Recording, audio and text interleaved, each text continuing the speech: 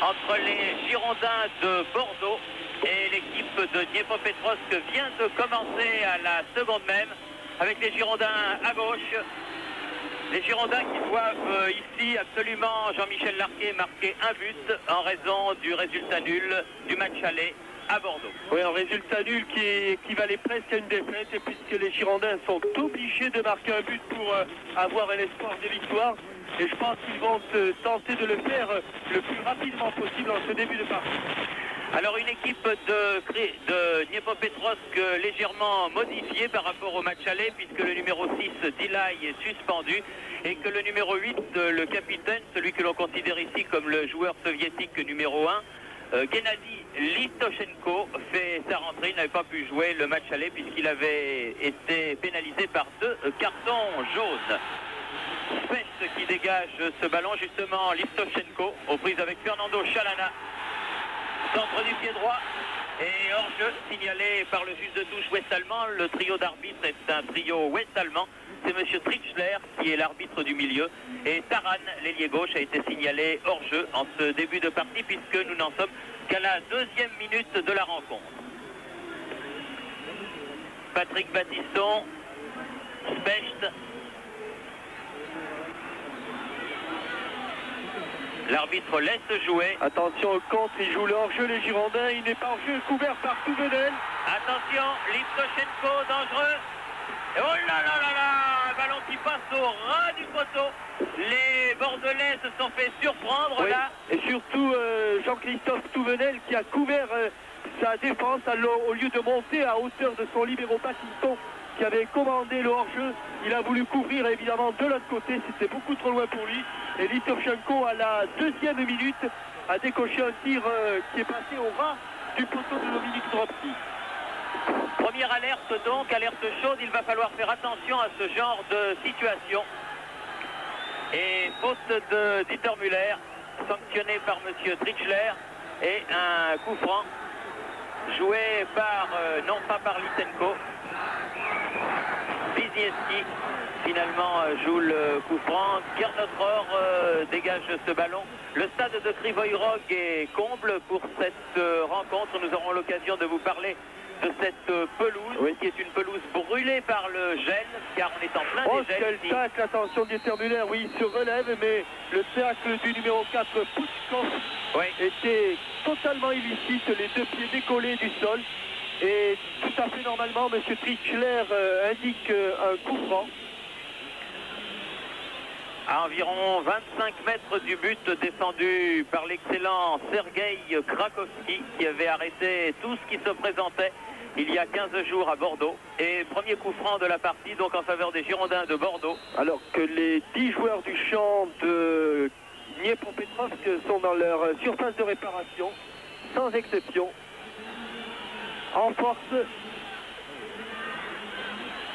Oh, la frappe de Chalana qui met au-dessus après un premier tir contré de Dieter Müller. Frappe du mauvais pied, car on sait que Fernando Chalana est essentiellement un gaucher. Et là, le ballon lui est arrivé sur le pied droit après ce tir contré. Une première fois de Battiston et une seconde fois de Dieter Müller. Il fait assez doux à Krivoy Rog, qui est une ville située au sud-est de l'Union soviétique, en Ukraine. C'est là où les joueurs de Dniepropetrovsk, ville interdite aux étrangers, viennent disputer leur rencontre de Coupe d'Europe.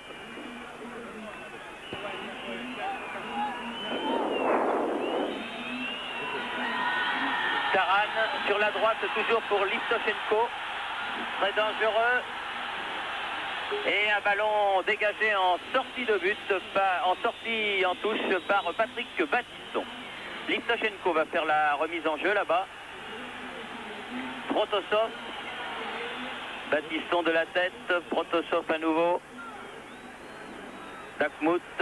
Hors-jeu du numéro 11, Taran. Alors que Listochenko n'est pas un meneur de jeu habituel puisqu'il joue pratiquement sur le côté droit, l'aile droite. Et que l'on dit le plus grand bien de ce joueur. Et qu'il a même la charge défensivement de Fernando Chalana.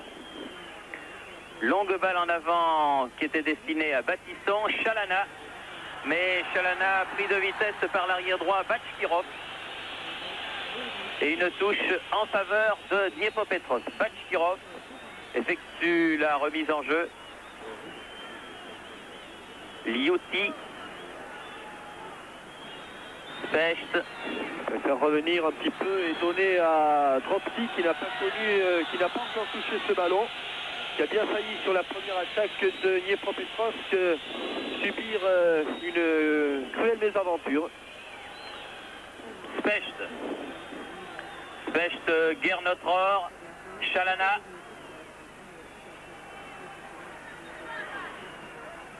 Chalana, Specht. Attention, alors qu'on m'appelle dans mon casque là, je ne sais pas d'où viennent ces appels. Fernando Chalana. Il a écarté sur le côté droit, interception peut-être, voilà qui est fait. Taran aux prises avec Tussaud. Taran en profondeur, mais Protasov n'avait pas suivi. Et la balle récupérée par Specht qui repart du côté de Rohr. Battiston.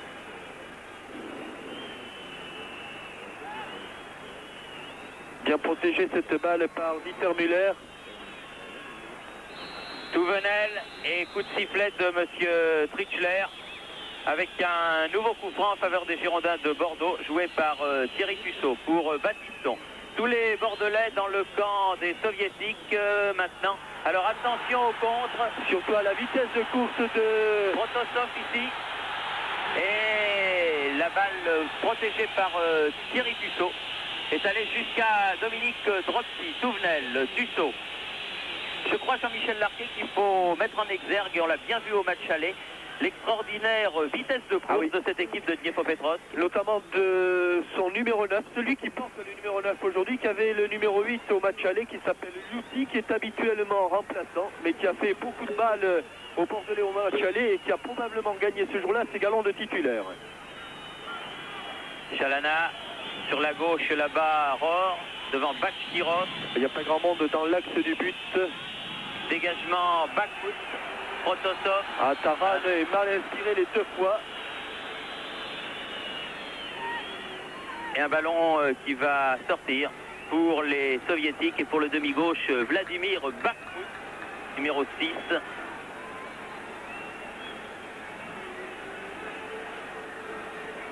Le voilà, Liuti.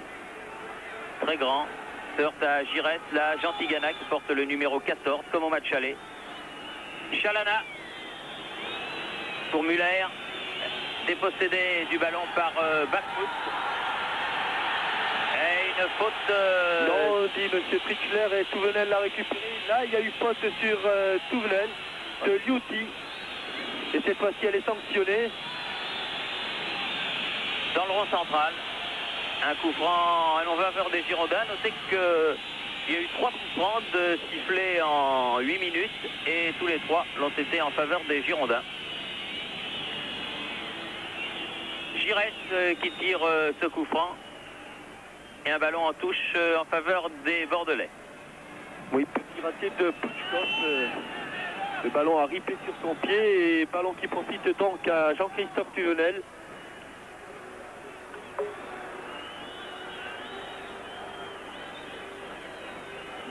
Derrière moi, dit l'arbitre de touche, voilà. Touvenel qui fait la remise en jeu.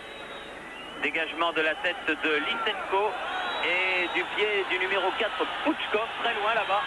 Vous avez pu remarquer, Thierry, que pratiquement il n'y a pas de jeu au milieu de terrain du côté soviétique et que les défenseurs cherchent immédiatement à relancer très très vite par de longs ballons devant, sans se préoccuper trop de la construction. Ils veulent aller rapidement devant le but de Dominique Dropsy. Touvenel, Giresse, bousculé dans le dos par le numéro 7, Tcheretik, et nouveau coup franc en faveur des Girondins. La balle dans les pieds de Patrick Battiston. Face à Tcheretik, justement. Chalana.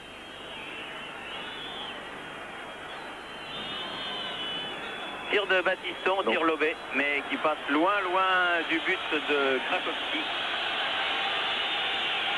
Et les Soviétiques ne laissent rien au hasard, ils savent qu'à 0-0 ils sont qualifiés, et croyez-moi, ils ne laissent que le grand Liuti et Taran devant, tous sont en position défensive dès que les Girondins ont récupéré le ballon. Peut-être un petit peu hasardeux de jouer le 0-0 dès le début de la rencontre. Oui, mais ce sont eux qui sont en position de force. Et ils veulent le faire sentir aux Bordelais, leur dire venez d'abord dans notre camp, après on verra.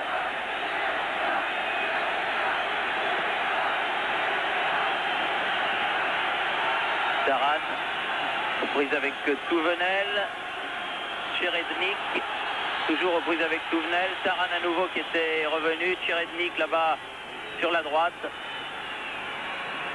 Bachkirov, Wisniewski, ouf, sortie de Guernotror. Oui, mais illicite là aussi, le pied décollé du sol.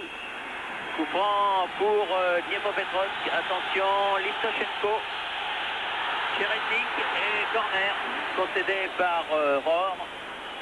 Oui, alors que les Bordelais s'attendaient plutôt à un coup franc en hauteur, car on sait que du côté des Soviétiques, on est très bon dans le jeu de tête. Listochenko. Il va le frapper bizarrement, ayant du pied droit, extérieur du pied droit. Voilà, extérieur du pied droit, il est dangereux. Et but. Oh oui.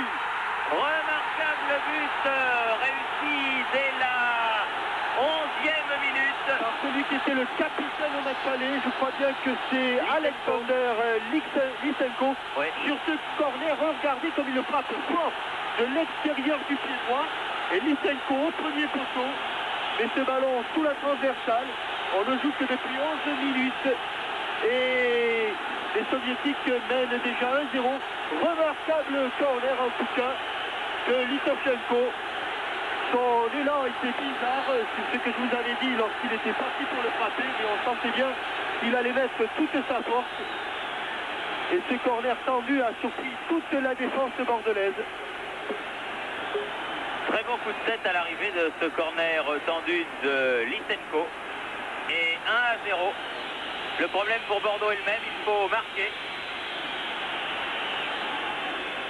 Et maintenant, il ne faut pas prendre un autre but, sinon on peut presque le dire, s'en serait fait des chances des Girondins.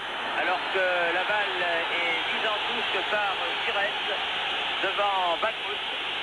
Est-ce que M. Trichler vient pour essayer de calmer un peu tout le monde? Va-t-il donner touche? Va-t-il donner coup?